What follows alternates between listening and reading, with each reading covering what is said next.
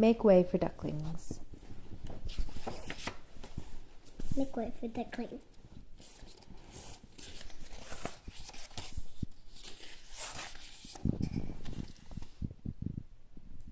Mr. and Mrs. Mallard were looking for a place to live, but every time Mr. Mallard saw what looked like a nice place, Mrs. Mallard said it was no good. There were sure to be foxes in the woods or turtles in the water, and she was not going to raise a family where there might be foxes or turtles. So they flew on and on. When they got to Boston, they felt too tired to fly any further. There was a nice pond in the public garden with a little island on it. The very place to spend the night, quacked Mr. Mallard. So they flapped. So down they flapped. Oh dear. Next morning they fished for their breakfast in the mud at the bottom of the pond, but they didn't find much.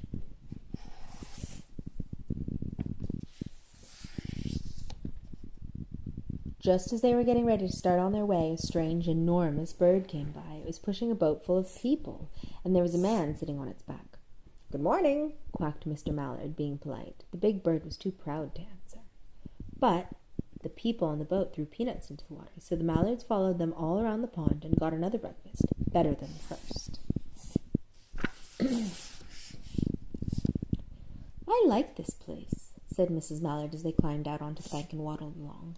"Why don't we build a nest and raise our ducklings right in this pond? There are no foxes and no turtles, and the people feed us peanuts. What could be better?"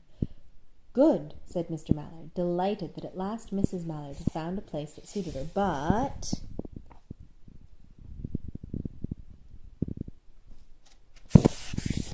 "Look out!" squawked Mrs. Mallard, all of a dither.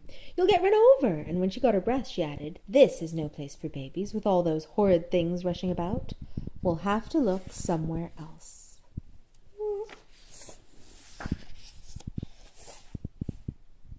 So they flew over Beacon Hill and round the State House, but there was no place there. And there was no water there. They looked in Louisburg Square, but there was no water to swim in.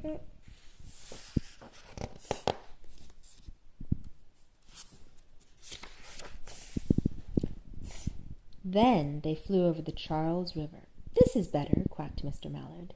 "That island looks like a nice, quiet place, and it's only a little way from the public garden." "Yes," said Mrs. Mallard, remembering the peanuts. "That looks like just the right place to hatch ducklings." So they chose a cozy spot among the bushes near the water and settled down to build their nest, and only just in time, for now they were beginning to molt. All their old wing feathers started to drop out, and they would not be able to fly again until the new ones grew in.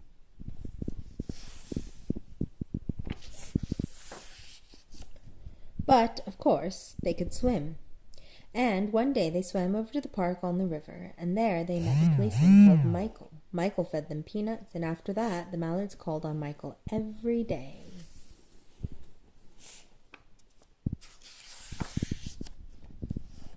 After Mrs. Mallard had laid 8 eggs in the nest, she couldn't go to visit Michael anymore because she had to sit on the eggs to keep them warm.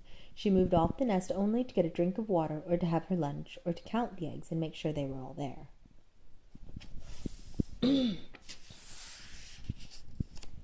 One day the ducklings hatched out. First came Jack, then Cack, then Lack, then Mack, and Knack, and Quack, and Pack, and Whack. Mr. and Mrs. Mallard were bursting with pride. It was a great responsibility taking care of so many ducklings, and it kept them very busy. One day, Mr. Mallard decided he'd like to take a trip to see what the rest of the river was like further on, so off he set. "I'll meet you in a week in the public garden," he quacked over his shoulder. Look, that's a whiskey bottle. "Take good care of the ducklings." It's a whiskey bottle. "Don't you worry," said Mrs. Mallard. "I know all about bringing up children." She taught them how to swim and dive.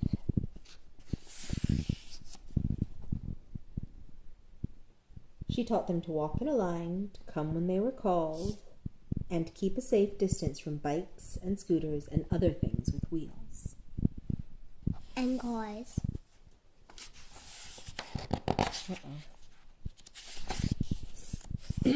When, at last, she felt perfectly satisfied with them, she said one morning, "Come along, children, follow me." Before you could wink an eyelash, Jack, Cack, Lack, Mack, Knack, Whack, Pack, and Quack fell into line, just as they had been taught. Mrs. Mallard led the way into the water, and they swam behind her to the opposite bank.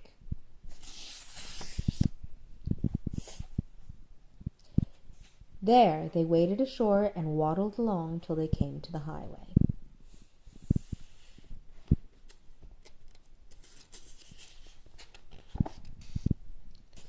Mrs. Mallard stepped out to cross the road. Honk, honk, went the horns on the speeding cars. Quack, went Mrs. Mallard as she tumbled back. Quack, quack, quack, quack, quack, quack, went Jack, Cack, Lack, Mack, Knack, Whack, Pack, and Cat. Quack, just as loud as their little quackers could quack. The cars kept speeding by and honking, and Mrs. Mallard and the ducklings kept right on quack, quack, quack, quack, quack, quack, quacking. They made such a noise that Michael came running, waving his arms and blowing his whistle. Not his window.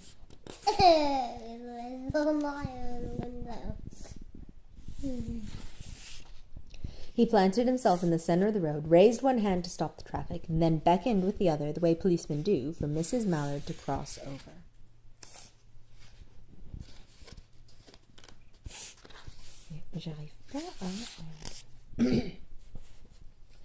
As soon as Mrs. Mallard and the ducklings were safe on the other side and on their way down Mount Vernon Street, Michael rushed back to his police booth. What is a booth? It's like a little tiny cabin that's really small where you can just sit and do something small. He called Clancy at headquarters and said, "There's a family of ducks walking down the street," Clancy said. "Family of what?" "Ducks," yelled Michael. "Send a police car, quick." Meanwhile, Mrs. Mallard had reached the corner bookshop and turned into Charles Street, with Jack, Cack, Lack, Mack, Knack, Whack, Pack, and Quack all marching in line behind her.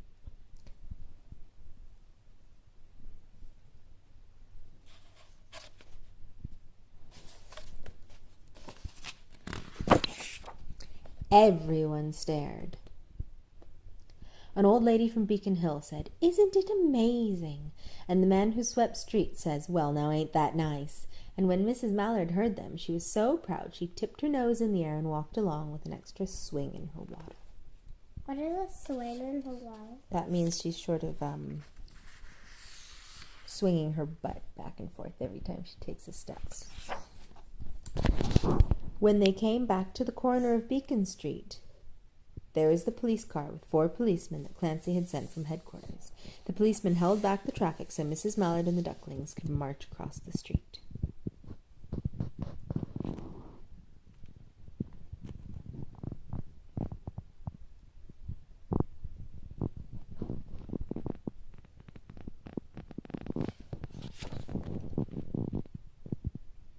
Right on into the public garden.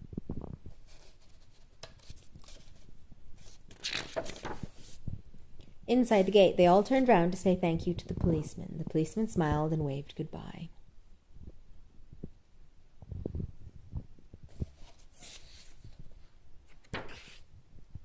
When they reached the pond and swam across the little island, there was Mr. Mallard waiting for them, just as he had promised.